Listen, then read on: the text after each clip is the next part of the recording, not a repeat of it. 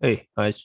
Yeah, so yeah, this is part of the analysis, advanced analysis video. Hope you guys subscribe to my channel.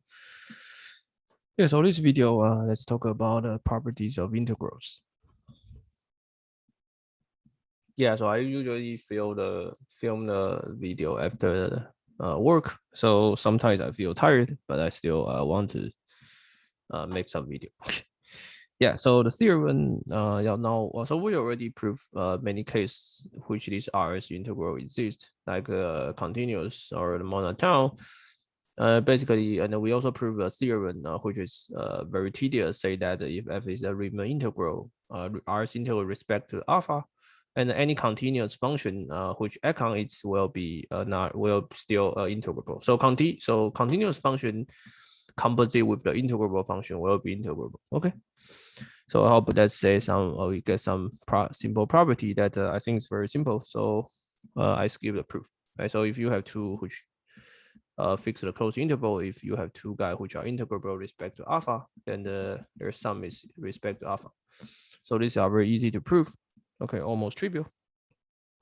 And obviously that if you times C, so if f is integrable, then CF is integrable.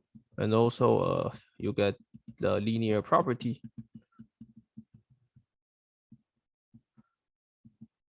Yeah, so basically all these can be proved using a lower sum and upper sum in the definition. So I skip the proof because it's simple. And also C, let's say if f of 1x, let's say equal to f of 2x on AB, then integral f1x d alpha is that so equal to f2 of x d alpha. Okay. And the proof just very easy, just via definition, via lower sum and upper sum definition. Okay, also skip.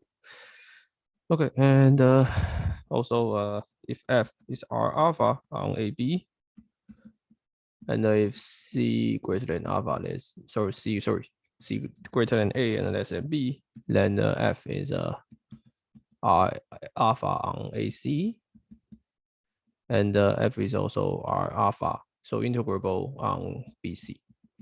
And moreover, f is equal to AB is equal to ACF plus CBF. Okay, d alpha.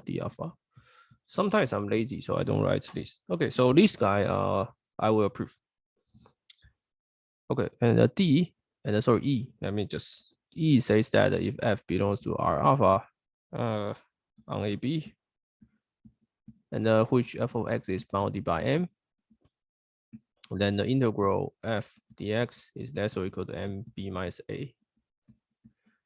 Okay, so this proof is very simple, just via the previous this one, right? You just choose f to be m, and then you do the integral on the alpha. Okay.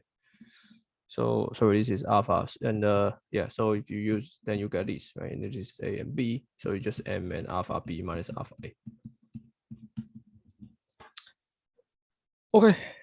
And that's it. I think let me just write down f. Sorry, there's a still f. So if f is R alpha 1 and f is also R alpha 2, then basically f is R alpha 1 plus alpha 2. And the reason is just write d alpha 1 plus alpha 2 as d alpha 1 plus d alpha 2. Okay, so you can write down a definition, and then your times constant C, your times constant, your f also belongs to C alpha. Okay. Yeah, so probably the most little bit non-trivial one is this guy. So I only prove this. Let me see.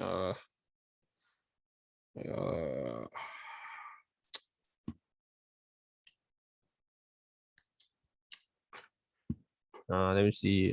Whether I got to prove. Let me see. I think it's trivial. So, should I prove it?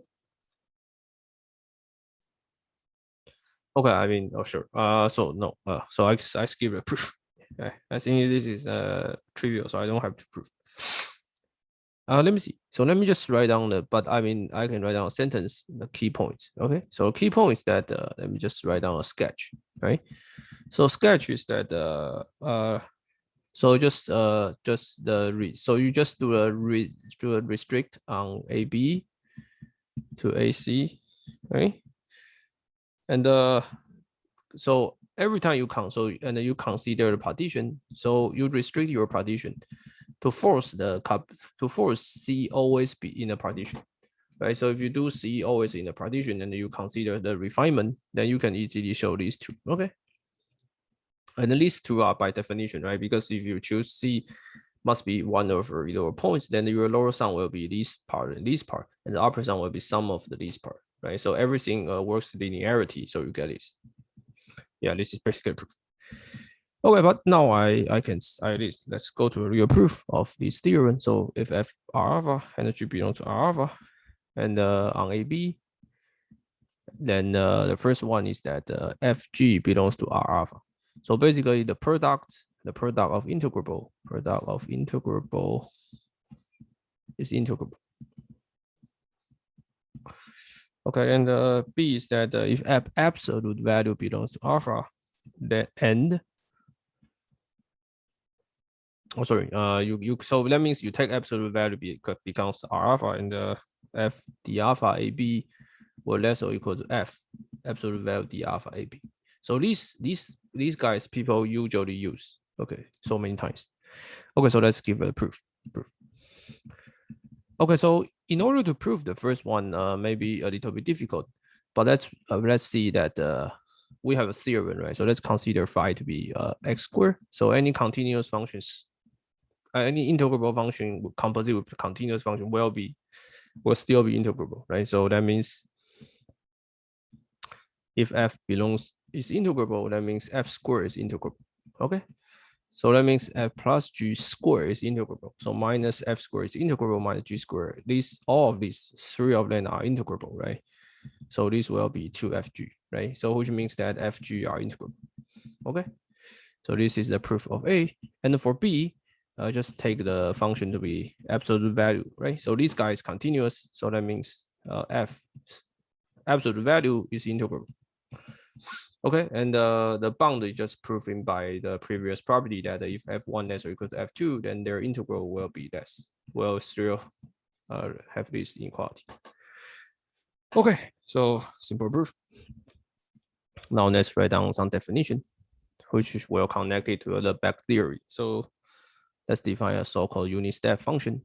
So the unit step function I defined to be if x or greater less or equal to 0 is 0. If x or greater than 0, let's define to be 1. Okay, let's go I of x. Okay, so let's say the theorem. So this theorem says that if A less than S less than B, and the F is bounded on AB, and the F is continuous. Let's say F is continuous at S.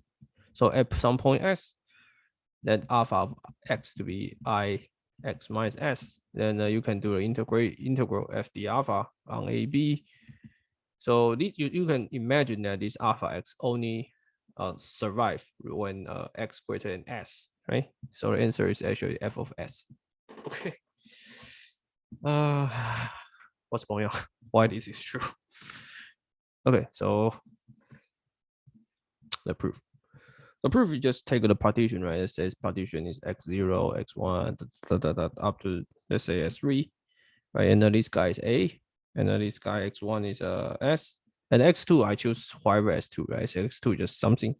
This is B, right? And then you can take your UP, so-called upper integral. So upper integral is what? Is M2, right? M2 is the greater, the bound, the maximum, right?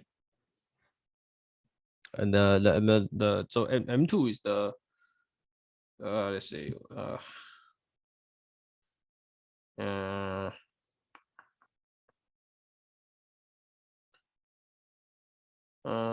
let's see, right? So your UP alpha is defined to be so yeah. So this is A, right? This is S, right? So you consider now you have A, S, B, right? But your D alpha defined to be I minus I x minus S, right? So your alpha A will be 0, right? Your alpha S will be 1. Your alpha B will be 1, right? So there now these two do not have any contribution. Okay, so you only work on these part, right? So let's say the maximum of this F is M2, and then now your LP alpha called M2, small M2, right? And now you can take the partition to now. Okay, so now so F is, so now S, right? This F is continuous and S, right? So one can see that so F is continuous at S, right? So that means M2 and small M2 will converge to S, right? As X2 approach to S, right? So if X2 approach to X2 is here, right? S2, wherever X2, these two guys are the same, right? Still the same. But the X2 approach to these, then this guy become the continuous, right? Become the F2S, become FS, okay? Yeah.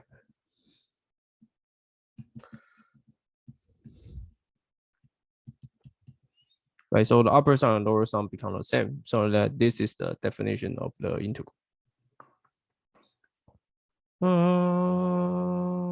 Let's see.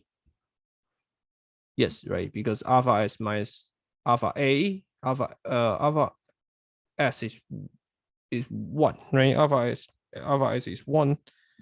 Alpha. So if you approach to this by a little bit larger one, right? Then this will give you 1, right? This will give you so these guys always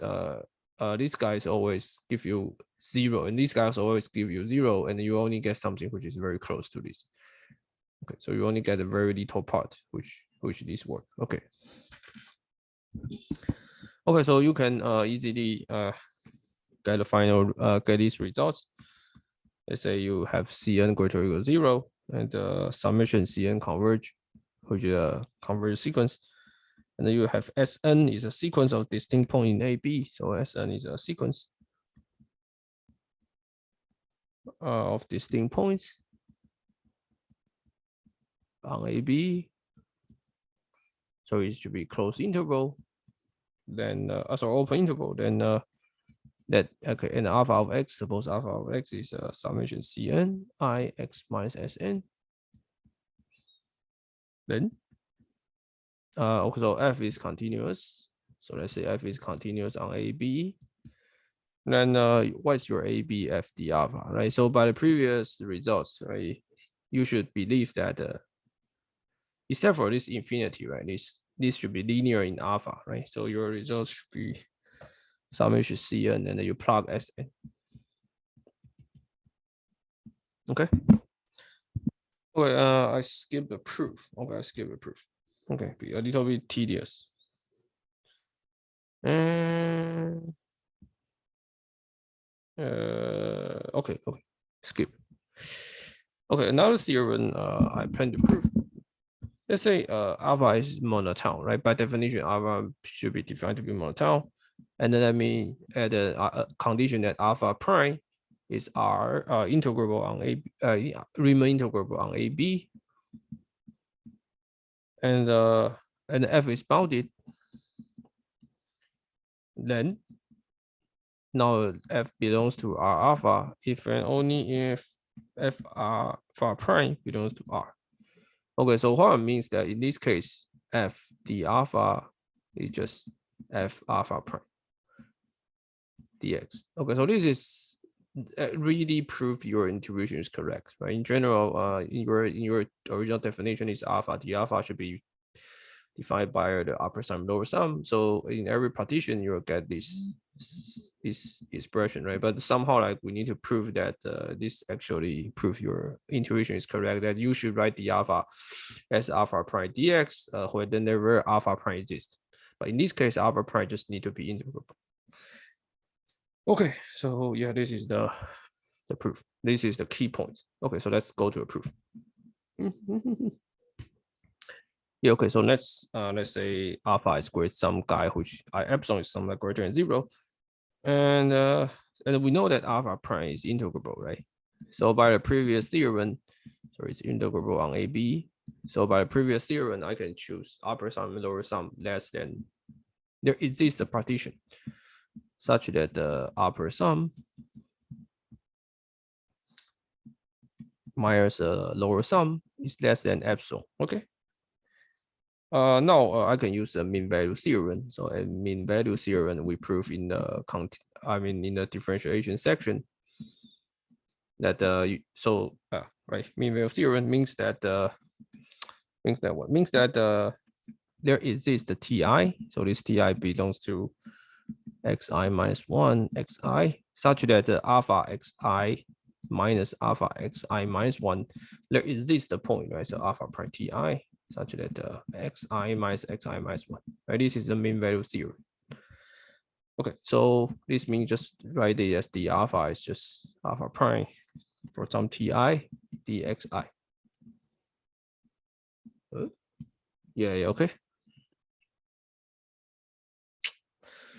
Okay, so now so now let's see. So now for any si, let's say for any si belongs to xi minus 1 and xi. So you're supposed any si belongs to this region.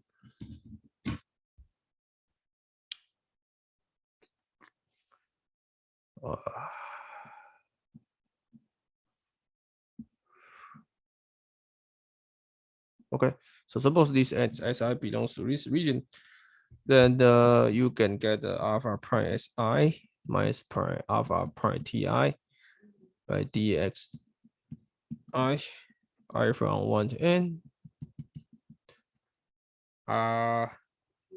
is less than epsilon, right? It's less than epsilon. By there's a previous theorem that I proved in the previous video that you can get this, right, to this. Right? Because this guy is just choosing the maximum and the minimum for each interval, right? So that means you can easily deduction this, right? Okay, so that means what? That means you start from here, and let's say you put m to be sup f of x, and you know that I from 1 to n f s I the alpha I is just f s I alpha prime of ti dxi, right? So this is just the mean value theorem. So start from this, you can plug this and then you get this, right?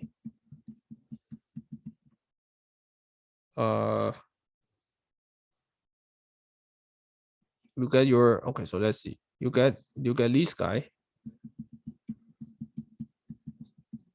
minus this guy I from 1 to n fsi alpha prime, not ti, right? Si dxi, right? So now you this guy is equals to this, right? And so now you use this but minus with this alpha prime si, then this become the difference between these two, right? So this guy is less than epsilon, but you times f here, right? So this guy is less than or equal to 2m epsilon, okay?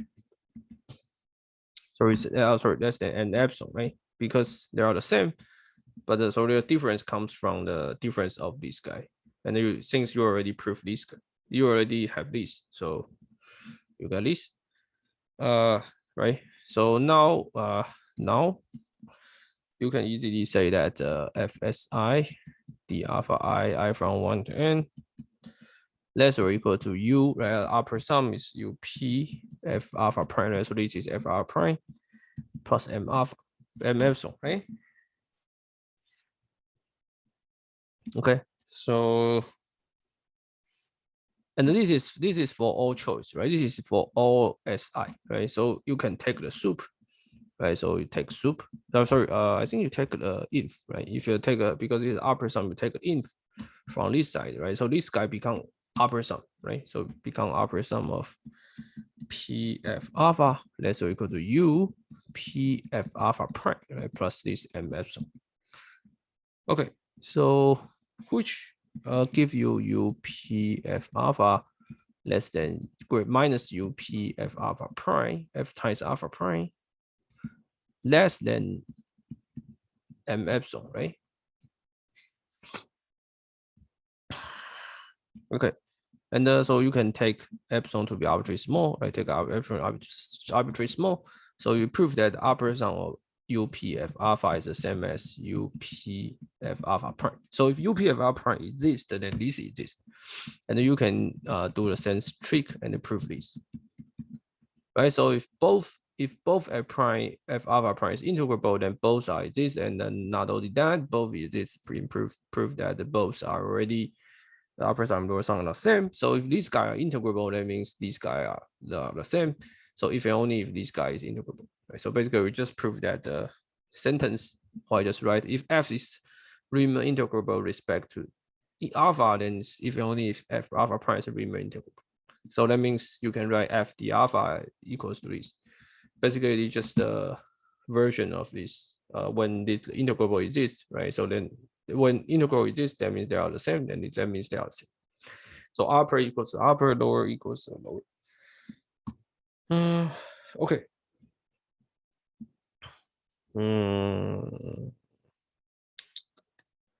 Okay, and there's a thing called a change of variable. But I think it's a little bit difficult to prove. Yeah, but I mean, okay, so let's write down the final theorem that I want to talk about. Okay, so change of variable. This is also in the calculus people like to use. But actually, in order to write down the 100% correct proof, it's non-trivial. I mean, so suppose phi is strictly increasing. So let's say my condition is very hard, so strictly increasing. And I already showed that the monotone function do not only have jump, right? So monotone function always have the left and right limits. So strictly increasing and continuous. Let's say the fi map to AB interval, large AB interval to small onto small AB. Okay. And also alpha is monotone increasing. So let's say yeah, so this is condition 1. Alpha is increasing on AB. And the f is integrable with respect to alpha on AB. Oh, many conditions. And the beta, let's define beta y. So beta and g are function on large AB, right? So this is my definition. So beta y defined to be alpha 5y, right?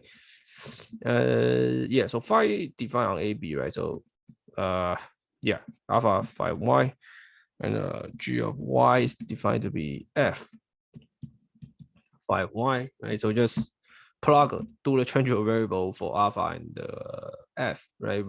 And the change of variable function is phi. Okay.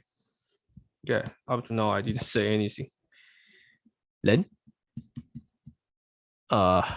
G is a Riemann integrable with respect to alpha, and it's just the calculus, right? Usual calculus. So your GD beta on AB will be FD alpha on AB. Okay, so this is just change of variable. So basically, you can do a change of variable and do whatever you like. Just the same calculus, then the answer should be the same. Okay, so this is the theorem. Okay, so let's prove. Okay, so let's consider partition. All right, so we still have a partition. Let's say partition of AB correspond, right? So this is 1 and which is on 2, right? So this corresponding to Q, which is another partition, which y0, y1 up to yn of AB. I should not say 1, right? But I should say the corresponding to, right? Because this AB mapped to AB is on 2, right? So at least you can create some partition, right? And then your xi is just phi yi, right? So I didn't say this is 1-to-1, right? But I say it's on 2. So any points in the closed interval AB should map to large interval AB. Okay, and I get that. So every partition not only that, right? So not only that, because any partition of large AB I can map into small one, right? So any partition of large AB comes from this way. Okay, I know that the f, right? So f take the values. So f take out values on xi minus xi minus 1 xi, right? So which is exactly So this point exactly G, right, takes on yi minus 1 yi, right? This is by definition, right? Because this is my definition, okay? Exactly my definition. So any points, any value which f takes on this point is the same as this, right? By definition. So that means u q g beta, the upper sum is exactly the UPF alpha, okay? And the L Q G beta is exactly the same as LPF alpha, okay? Okay, so F belongs to the Riemann integral, with respect to alpha, right? So that means they are the same, right? They can be arbitrarily small when P arbitrarily small, right? So easy to show. So from here, you can easily deduct that the upper sum is the lowest, can be it's the same, lower sum is the same. So this G should be R beta, okay? And their integrable results is the same. So this is the proof. Okay, so yeah, so this usual case, let me just write down. So usual in if alpha x equals x, and your beta is phi, and suppose your phi primes are on AB, the integrable on AB, large AB, and what you get is this, right? What you get is you use the theorem that we provided. So f of x is just AB f 5y 5 prime of y dy. Okay, so actually this theorem, these results use two theorem, right? The first theorem is that this integral is this. And so in usually I should write d beta, right? But in the previous theorem that I just proved that which your intuition correct, right? So now you just write d beta into beta prime. So actually in your calculus theorem, calculus change of variable, you use two theorem, you combine two of them, and you can get this pretty neat answer, right? But there's many things go in, right? So it's non-trivial to write. If you want to prove this, you need to write down everything, and there are many detailed conditions that you need to check to make sure this integral is correct. It's well defined. Yeah. So yeah, this is somehow like very deep. You need to assume this, right? So this is what I just proved, right? So if you don't assume this, then you can still write this guy's d beta, right? But if you assume this differentiation is integrable, then you can write d beta as the differential. So actually, this theorem, these results in the calculus results actually used to combine the previous two theorems. Okay, so that's it. And next time we talk about the relation of the integrable and the differentiation, basically a fundamental theorem of the calculus. And we've proved it. And I think we finished the integral. See you guys next videos.